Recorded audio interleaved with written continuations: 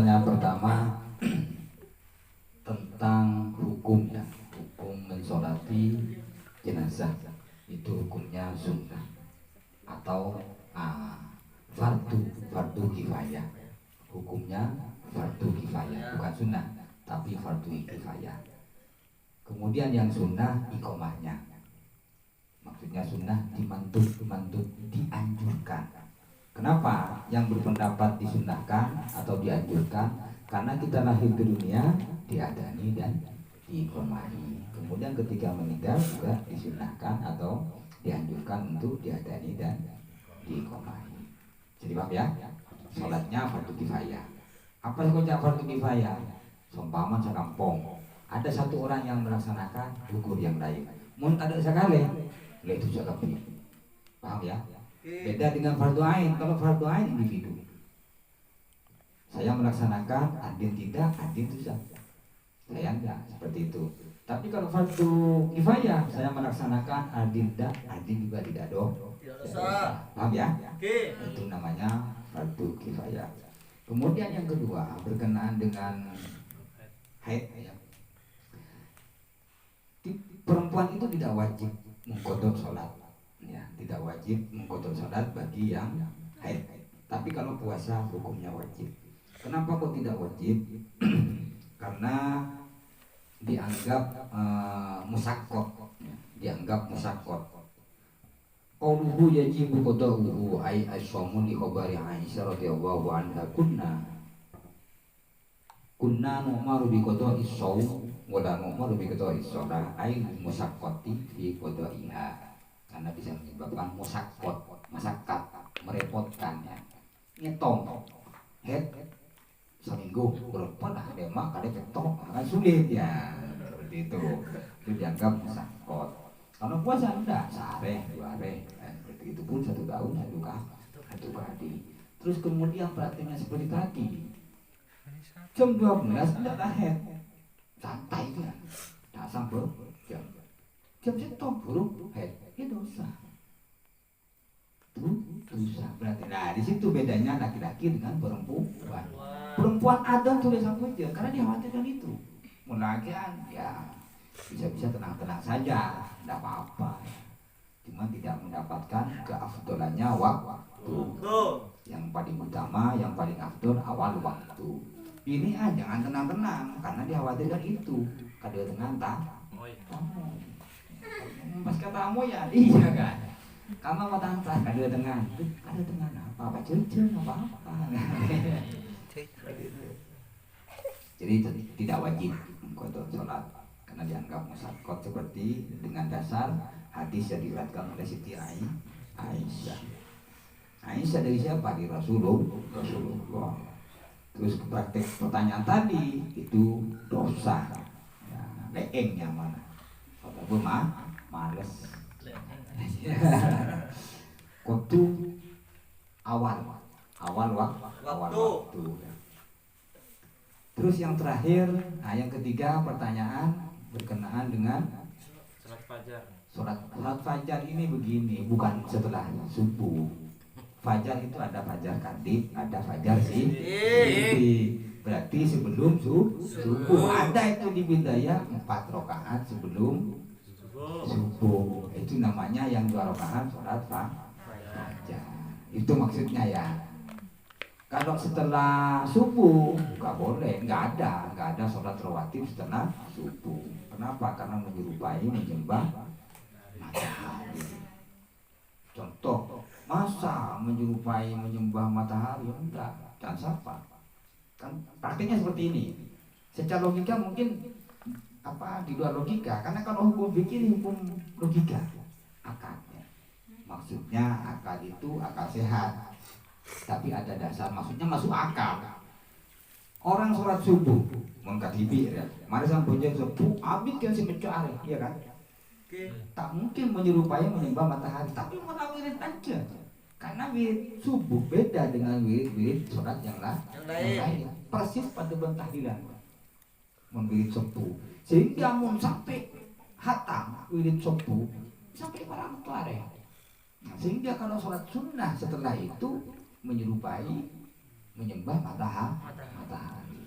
Ya kita orang berita lah singkat apa semua kata dulu mau diakui boleh kemarin seperti itu. Tapi kalau orang-orang dulu maka sakti muring nabur sakti ini tak sakti ibu itu kurang ya. Kurang riadohnya olahraganya kurang, maksudnya olahraga batin.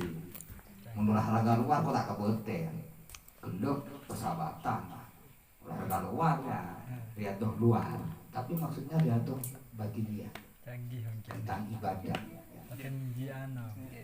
sehingga orang lembut sakti atau manfaatnya besar kepada orang lain. Kalau orang sekarang sakti kan tak manfaat ke orang lain. Tapi bersedih jadi paham ya yang dimaksud dengan surat fajar sidik, ada fajar katib, ada fajar sidik. Nah setelah fajar sidik itu sholat.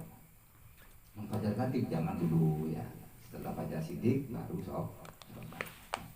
Ya, mungkin itu ya yang bisa saya sampaikan. Kalau masih ada silahkan. Iya kalau masih ada silahkan. Sebentar kan pembahasan tadi masih jelas. Jelaskan itu tadi kemarin nah. Mana nyambung. Sebelum beralih ke season acara berikutnya, penjelasan tadi kami mohon maaf kurang jelas. Bagaimanakah hukumnya orang mengulur waktu dan bagaimanakah orang tidak pernah salat, dia selalu gibah kepada sesama, lantas dia apakah wajib juga mau disalatin setelah matinya, padahal dia tidak pernah salat. Sukanya dia gibah sama orang nggak pernah sholat. Terima kasih ya. Jadi hukum wajib kifayah atau fardu kifayah itu pada orang yang masih hidup, tidak membicarakan mayit jenazah atau orang yang meninggal. Orang yang meninggal ini banyak dosa, itu urusan dia dengan Tuhan, dengan Allah. Kita kewajibannya apa? Mensolati, mengkafani, kemudian memandikan, mensucikan. Itu kewajiban yang masih hidup, orang yang masih hidup. Sehingga ketika tidak disolati dosa semua.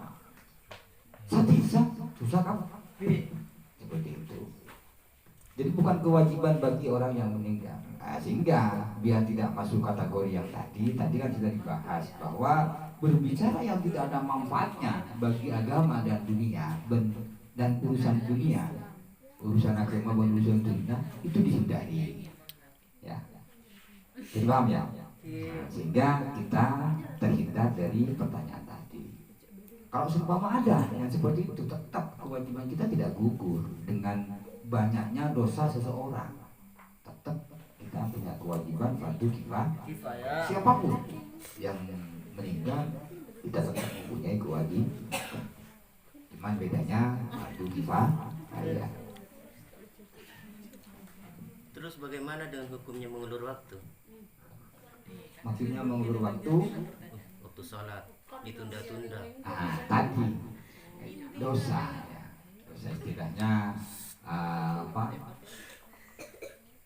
bahasa kangnya? Leeng. Iya leeng, tadi kan leeng terus malas. Ya jelas dosa. Tapi mau cincin jempet tok cuma mesti empai. Ya maksudnya janjian sesama manusianya, janjian pangeran bisa tunda. Ya, boleh lah.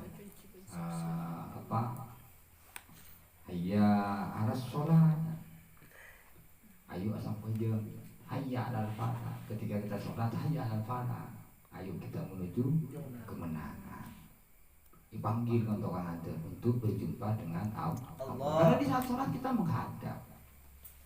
Cuman kita kadang-kadang tarifnya ihsan. Apa yang kocak ihsan? Tiangnya agama itu ada 3. Tiangnya agama, rukunnya agama ada 3. Islam, iman, dan ihsan. Apa yang kocak ihsan? Karena kata rohu. Ketika kamu beribadah, karena kata rohu. Fa'inam yakun tarohu, fa'innahu yaroka. Seakan-akan kamu melihat kepada Allah di saat kamu beribadah. Mau tak mampu nangani ke pangeran, tak mampu ngabus ke pangeran, fa'innahu yaroka. Sesungguhnya Allah melihat kepada kita. sila sila usok, sila maritag batu ihram apa yang bunyi sombang.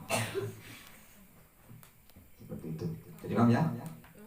Terus bagaimana dengan atau satu kampung atau satu rumah dia tidak pernah melakukan salat, sedangkan kita terus mengingatkan untuk mengajak salat, tapi apakah kita juga ikut dosa? Arti dominasi agama itu nasihati. Kita punya dianjurkan oleh Rasulullah SAW saling memberi nasihat, saling mainkan. Bukan berarti kita memberi nasihat kepada orang lain harus etoro endah, nah, seperti itu. Hanya kewajiban kita sebagai umat Islam saling main atau tak atoro kembalikan kepada orang. Tak usah kita sedih, tak usah kita sokar, tak atoro. Kita hanya memenuhi kewajiban kita. Apa kewajiban umat Islam, orang Islam? Saling mainnya. Ya ulum tak salah, ajak melelum tak salah. Ternyata ulum tak toro, ya itu haknya ulum. Ya, maksudnya yang dapat dosa ya ulum. Ternyata ulum ya toro kacaca, berarti bagus.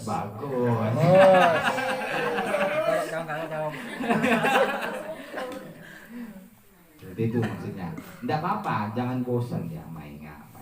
Ada pun aing nyap-nyap kabel. Betul. Sampai punya julukan siapa?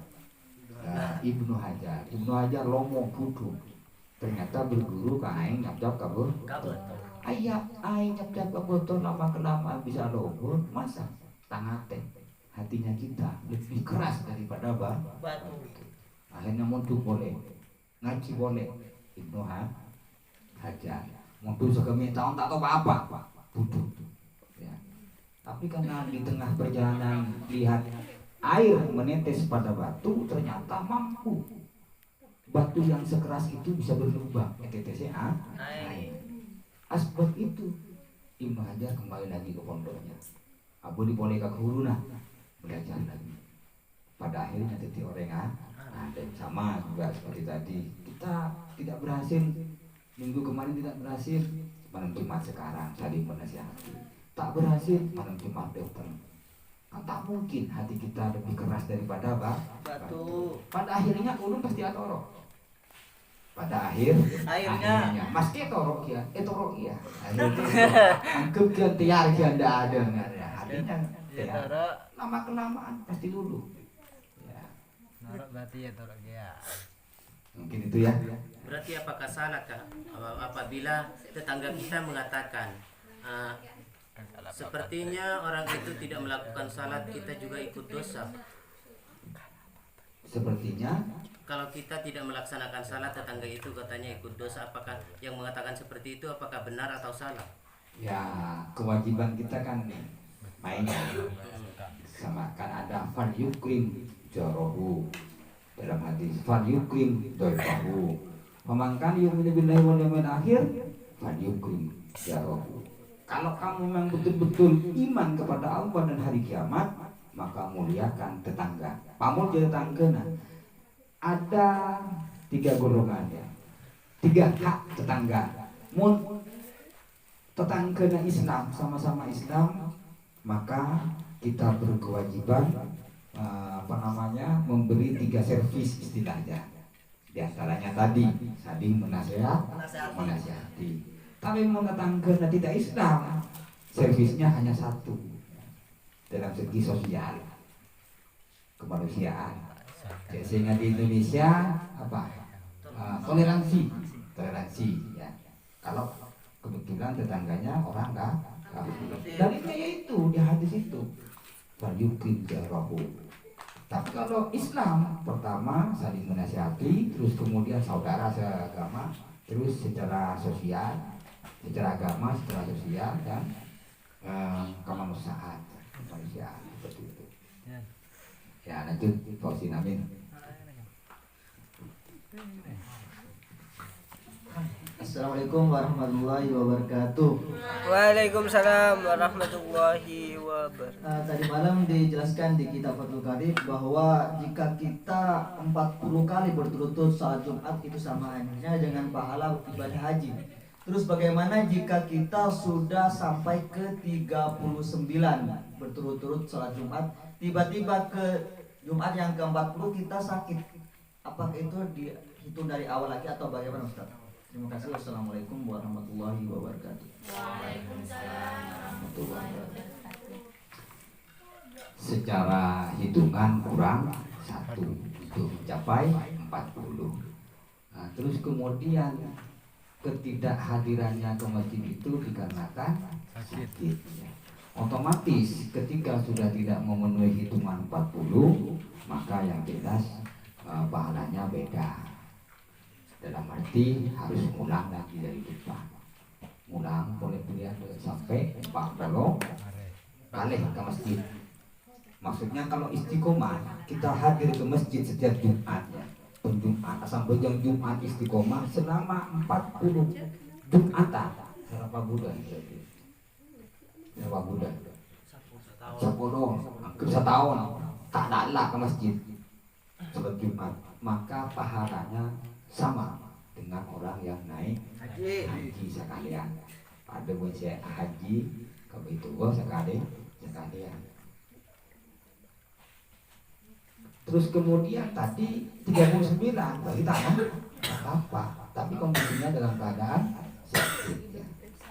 Memang sakit itu utur, termasuk utur syar'i, cuma nggak nyampe hitungan 40 karena dianggap tidak sholat Jumat, tapi dianggap sholat zuhur. Itu diantara keutamaannya sholat Jumat, bagian dari keutamaan dari sholat Jumat, sehingga dibilang sayyidul ayyam, paling muljana areh, mungkin katwana areh Jumat. Sayyidul ayyam, Allah menciptakan alam semesta dimulai hari Jumat juga, seperti itu. Sudah ya, cukup ya, semua dulu lah. Kita sambung malam Jumat yang akan datang, kurang lebihnya saya mohon maaf. Saya akhiri. Assalamualaikum warahmatullahi wabarakatuh. Waalaikumsalam warahmatullahi wabarakatuh.